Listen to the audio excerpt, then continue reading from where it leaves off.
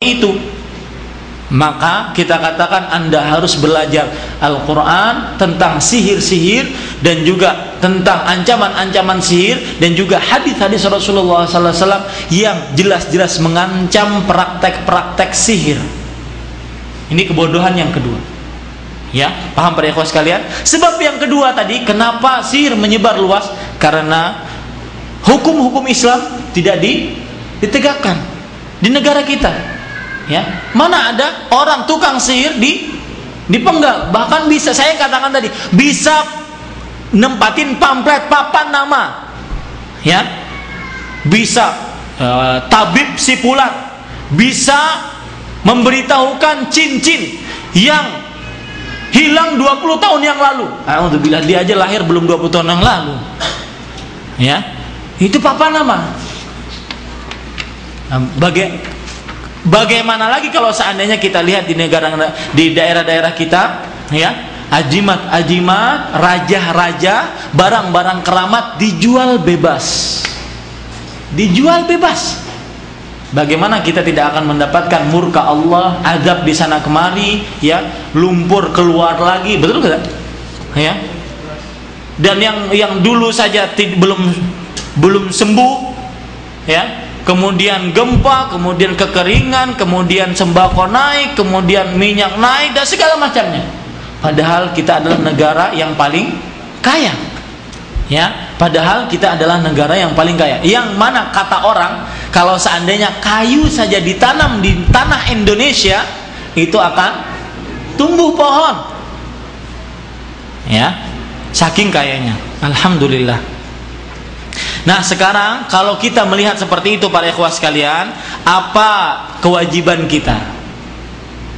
Kita sebagai masyarakat umum, apa kewajiban kita? Pertama, ya, berpegang teguh kepada Al-Quran dan Sunnah.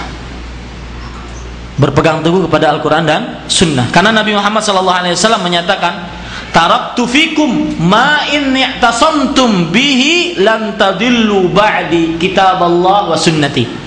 Artinya, aku tinggalkan di dalam kalian, jika kalian berpegang teguh dengannya, dengan sesuatu yang aku tinggalkan tersebut, kalian tidak akan sesat. Tidak akan sesat. Apa itu? Al-Quran dan sunnah-sunnah Rasulullah sallallahu alaihi wa ala alihi wasallam. Kemudian juga yang kedua, kita sebagai masyarakat bertobat kepada Allah, kembali hanya kepada Allah Subhanahu wa ta'ala, ya, tidak kembali kepada selain Allah Subhanahu wa ta'ala. Yang ketiga, padahal ini yang pertama, saya lupa tadi ngelihatnya. Yang pertama, ya, diganti saja urutannya. Yang pertama, menegakkan tauhid di dalam diri kita dan di dalam keluarga kita. Benar-benar kita pahami tauhid, kita amalkan, kita realisasikan di dalam kehidupan kita. Baik itu untuk kita sebagai pribadi ataupun untuk kita sebagai masyarakat. Di dalam keluarga kita, istri, anak kita selalu tegakkan tauhid kepada Allah Subhanahu wa ta'ala. Kemudian tugas kita juga sebagai masyarakat memburukkan prestise para dukun, tukang ramal, santet, dan konco-konconya. Kita harus burukkan di hadapan masyarakat bahwasanya ini adalah penghancur masyarakat Islam. Ini adalah bukan sebagai orang yang mengobati, tetapi dia adalah telah memisahkan antara suami dan istrinya, memisahkan antara anak dan bapaknya, memisahkan antara anak dan ibunya, memisahkan antara anak dan orang tuanya. Ya, kita harus seperti itu. Sebagaimana yang dikerjakan oleh Nabi Muhammad SAW kepada seorang yang bernama Ibnu Sayyad. Di zaman Nabi ada seorang yang bernama Ibnu Sayyad. Hadis ini diriwayatkan oleh Imam Bukhari. Boleh kita bertanya kepada dukun tersebut untuk menghinakan dia, untuk membeberkan kebohongan dia, sebagaimana yang dikerjakan oleh Nabi Muhammad SAW. Contoh, Nabi Muhammad sallallahu alaihi wasallam pernah berkata kepada Ibnu Sayyad yang dikatakan tukang ramal di zaman Nabi Muhammad sallallahu alaihi wasallam. Kata Nabi Muhammad sallallahu alaihi wasallam, "Madza inni khaba'tu laka khaba'an." Artinya, wahai Ibnu Sayyad, sesungguhnya aku telah menyembunyikan bagi engkau suatu sembunyian, sesuatu. Apa itu? Kata Nabi Muhammad sallallahu alaihi wasallam. Dijawab oleh Ibnu Sayyad dan jawabannya salah fatal. Kata Ibnu Sayyad, yang kamu sembunyikan wahai Nabi Muhammad sallallahu alaihi wasallam adalah duh. Duh artinya asap. Kata Nabi Muhammad sallallahu alaihi wasallam, "Ikhsa aduwallah falan ta'du qadrak." Artinya, buruk kamu musuh Allah, maka martabat kamu, kedudukan kamu, jawaban kamu itu salah. Hal ini diperbolehkan. Jadi kita katakan mendatangi dukun itu ada 3 macam. Yang pertama yaitu apa? Bertanya, dan itu tidak akan diterima 40 hari sholatnya. Yang kedua, mempercayai kufur terhadap Allah Subhanahu wa taala. Yang ketiga, untuk membeberkan kebohongannya, maka itu diperbolehkan sebagaimana yang dikerjakan oleh siapa? Rasulullah sallallahu alaihi wa ala alihi wasallam. Kemudian kewajiban masyarakat. Sekarang kita berikan nasihat kewajiban kepada para pemimpin kita. Semoga Allah Subhanahu wa taala memberikan kekuatan kepada mereka dan mereka menjadi pemimpin-pemimpin yang soleh bagi rakyatnya. Kita katakan kepada mereka bahwasanya kepemimpinan adalah amanat Allah Subhanahu wa taala. Dan kalau seandainya kita mengetahui di sana ada kemungkaran, maka wajib bagi seorang pemimpin untuk menghilangkan kemungkaran tersebut. Apalagi kalau seandainya kemungkaran tersebut termasuk daripada sesuatu yang perbuatan syirik yang sangat diharamkan oleh Allah Subhanahu wa taala. Di antaranya yaitu perbuatan sihir. Ya, itu nasihat kita kepada para pemimpin kita. Kemudian para ikhwah sekalian, di sini saya telah menerjemahkan bagaimana menanggulangi sihir baik secara preventif, artinya sebelum datang sihir tersebut, atau ketika terjadi atau orang terkena sihir. Ya. Dan insya Allah nanti Bapak Doni biar memfotokopi dan bisa teman-teman nanti berhubungan dengan petugasnya, ya. Dan kalau seandainya kita sebutkan, kita jelaskan bagaimana cara mengobati sihir, kita jelaskan secara umum, ya. Sebelum datang sihir, maka semestinya orang menjaga diri daripada terkena sihir. Bagaimana? 1, menjauhi segala larangan, mengerjakan segala ketaatan. Kemudian yang kedua, memperbanyak baca Al-Quran. Dan kalau bisa Al-Quran tersebut dijadikan wirid. Artinya dijadikan sebagai zikir setiap hari dengan bacaan-bacaan tertentu. Artinya, misalkan sebagaimana yang dikerjakan oleh Utsman bin Affan radhiyallahu anhu. Beliau setiap 1 minggu khatam Al-Quran. Itu berarti menandakan bahwasanya beliau punya bacaan tertentu setiap hari. Kadar tertentu kita baca Quran setiap hari, entah itu 2 lembar, entah itu 3 lembar, dan menjadikan setiap hari menjadikan sebagai kadar tertentu untuk membaca Al-Quran kita. Kemudian membaca doa-doa yang berbentuk perlindungan, seperti misalkan ayat kursi, seperti misalkan 2 ayat terakhir dari surat Al-Baqarah, seperti misalkan Qul huwallahu ahad, seperti misalkan Qul a'udzu birabbil falaq, seperti misalkan Qul a'udzu birabbin binnas. Ya.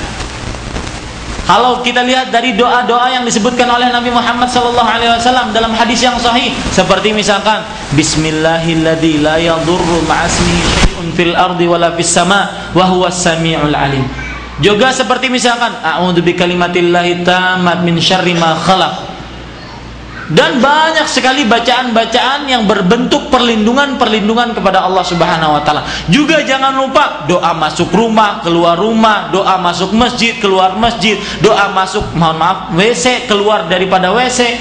Ya. Kenapa? Karena itu adalah termasuk daripada perlindungan yang dengannya kita minta perlindungan kepada Allah Subhanahu wa taala. Itu kalau seandainya belum kita terkena sihir, dan naudzubillah kita kena sihir.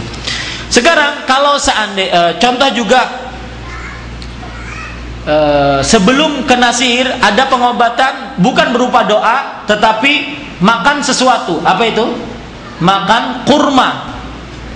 Di dalam hadis kurma ajwa, para ulama berbeda pendapat. Apakah kurma ajwa ini khusus kurma yang ada di Madinah dengan bentuk tertentu dan warna tertentu itu, atau seluruh kurma Madinah, atau seluruh kurma yang ada di bumi?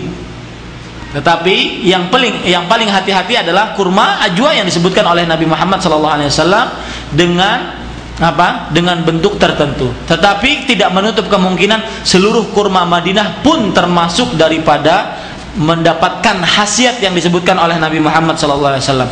Beliau bersabda sebagaimana sebuah hadis yang diriwayatkan oleh Bukhari dan Muslim, "Man tasabbaha sab'a tamaratin ajwa lam yadurruhu dzalikal yaum summun wala sihr." Artinya, barang siapa yang makan waktu pagi hari sebelum makan sesuatu 7 butir kurma ajwa, maka ya tidak akan membahayakannya racun apapun dan juga sihir apapun. Hadisnya diriwayatkan oleh Imam Bukhari dan Muslim. Kemudian bagaimana kita mengobati sihir kalau sudah terjadi? Pertama, yang paling jitu caranya adalah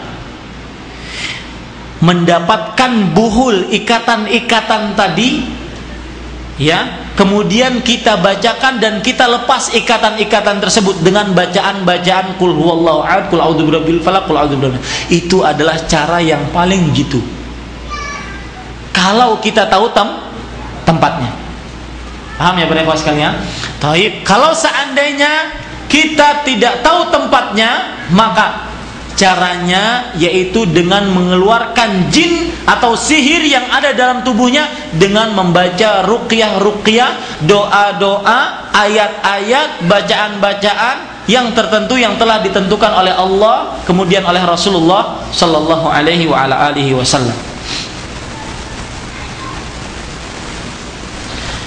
Contoh misalkan ruqyah yang telah ditentukan oleh Rasulullah sallallahu alaihi wasallam, ayat kursi, ya. Kemudian juga di dalam surat Al-A'raf ayat 117 sampai 122. Kemudian juga di dalam surat Yunus ayat 79 sampai 82. Kemudian juga di dalam surat Toha ayat 65 sampai 70. Kemudian juga di dalam surat Al-Kafirun ayat 1 sampai 6. Kemudian juga surat Al-Ikhlas, surat Al-Falaq, surat An-Nas, dan yang terakhir dan lain-lainnya.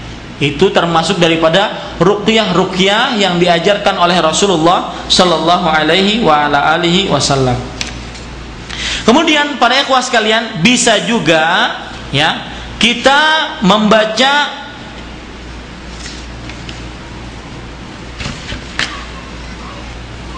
dengan cara apa? Dengan cara berhijamah. Dengan cara berhijamah. Misalkan hijamah di sini, ya, di sini. Berhijamah adalah mengeluarkan darah, ya, dari tubuh kita, bekam, berbekam namanya. Bisa di kaki, bisa di tangan, bisa di kepala dan segala macamnya, ya.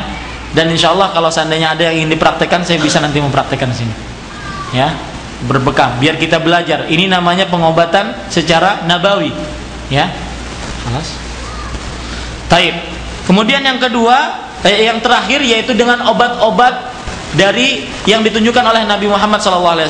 Contoh madu, jintan hitam yang disebut dengan habbah sauda, kemudian air zam-zam, kemudian air hujan, ya, kemudian juga minyak zaitun, kemudian juga mandi berbersih-bersih pakai minyak wangi. Itu termasuk daripada apa?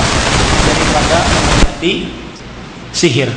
Demikian, apa yang baik itu hanya dari Allah Subhanahu wa taala, apa yang buruk itu dari kami pribadi manusia biasa. Kita tutup dengan kafaratul majlis. Subhanakallah bihamdika asyhadu an la ilaha illa anta astaghfiruka wa atubu ilaik. Sallallahu ala nabiyina Muhammad walhamdulillahirabbil alamin. Wassalamualaikum warahmatullahi wabarakatuh.